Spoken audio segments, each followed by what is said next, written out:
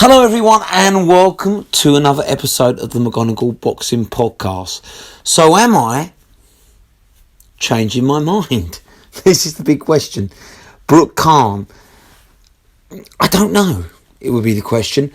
What I saw today is something very interesting. Now I've got a saying, in any walk of life, it's the small things that add up to the big things. Now, Brook looked very slick, I've got to be honest with you, and I know it's the typical Eubank Junior Instagram hitting the pads, no one hits back, yada yada yada.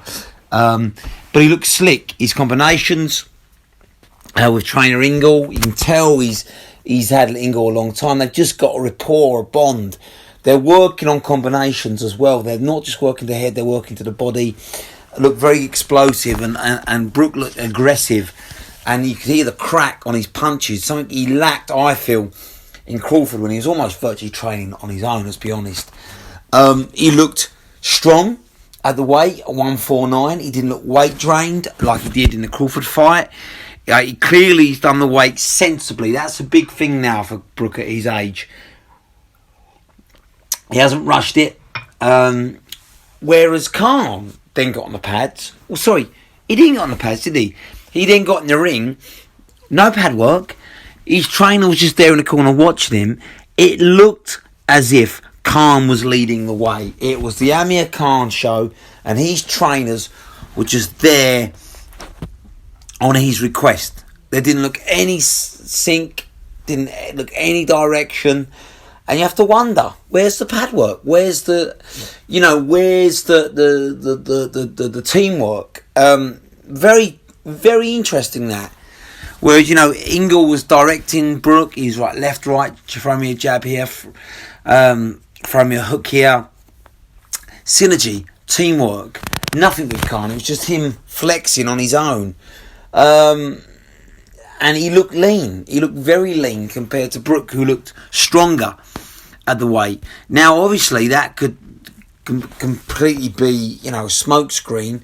It might be a Ferrari without an engine, I'm hearing the phrase, like with David Hay against Bellew, where Brook looks brilliant, but there's nothing underneath the hood, so to speak. And obviously, 149 is a big drop from Brook's normal weight now. But he looks healthy, and I think Ingle's the master of getting his fighters in shape in a healthy manner, with the expert knowledge of nutrition. And obviously he's had Brook under a long time now. He's gone away to Spain with him. And, there's no kind of lockdown or COVID issues anymore, which was obviously the case when he was fighting Crawford. And Brook, let's be honest, pretty much trained himself. So, advantage Brook. Whereas I feel like it's been advantage Khan for so long. Seeing the pad work, and it's the small things. Some people might go, well, it's just pad work. Yes and no. It's the small things that add up to the big things, like I say. It's going to be very interesting. The more I think about this fight, I'm still leaning towards Khan. I think he eventually beats Brook up down the home straight, especially with them suspect orbital bones. I think Khan's going to target them and get to him. I think I can see Ingle pulling them out about the 8 or 9 mark after just being peppered. And Khan looked quick, but it might come down to tactics. Like I say, it might come down to ring corner generalship. And, bringing Terence Crawford into the ring, is that just smoke screen? I don't know. I mean, Brook might win this through tactics alone. He's punching aggressively, and he's punching with good variety to the body, to the head. If he catches Khan, which he can do, it's night-night. There's no question. With a pop and the sting, he looks like he's back to punching hard, Brook, and I think he's going there with intent, knowing he can. And the big thing is knowing he can knock Khan out. So, the common sense is it's Brook early or Khan late, and I couldn't agree more with that.